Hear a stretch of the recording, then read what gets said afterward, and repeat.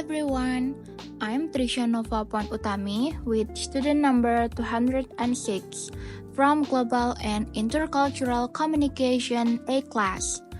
Today, I will present my analysis of the Netflix series Money Heist, Korea Joint Economic Area.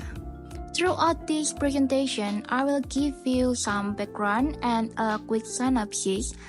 Then we will explore more topics like culture shock, identity, communication issues, and how they are resolved.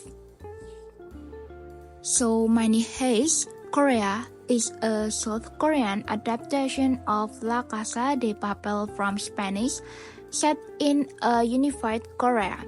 It follows a heist at the unified Korea Mint, exploring North-South tensions and economic disparities. The plot follows when the professor and his team as they heist the unified Korea Mint. The team includes members from North and South Korea, creating friction as they try to work together to execute the heist. The series gives us a close look at how people from different cultural backgrounds communicate or fail to. For example, we can see that here when Berlin, a North Korean, has a rigid military mindset, while Tokyo, a South Korean, values independence and innovation. North Koreans experience culture shock adapting to the South's modern lifestyle. A great example is when North Korean characters like Denver Marvel at vending machines, which are common in the South but new to them. Berlin's identity as a North Korean soldier is evident in his leadership.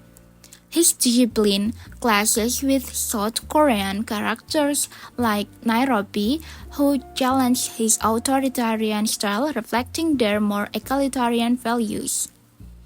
The group demonstrates different cultural values.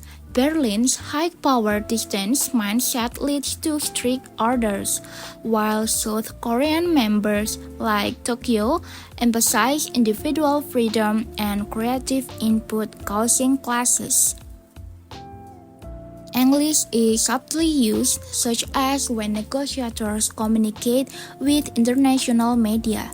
South Korean police occasionally use English phrases to appeal globally, showing how language bridges cultural gaps. One major issue is Berlin's harsh treatment of the hostage. His military discipline offends South Korean members who feel he is going too far, creating internal divisions and distrust. The professor diffuses conflicts by using his neutral position. For example, here when he steps in when Berlin's leadership leads to tension, urging the team to respect each other's differences for the sake of the heist. When Berlin's leadership becomes too strict, chaos erupts. For example, here, his treatment of the hostages leads to a near rebellion, with even his own team members questioning his decisions. The group starts solving problems by working together. In one scene, Tokyo and Denver compromise on how to handle the hostage, showing how collaboration can overcome cultural differences. Here, in Empathy and Humanity, breaks through stereotypes in moments like when Nairobi bonds with a young hostage. These scenes remind us that shared humanity can transcend cultural divides.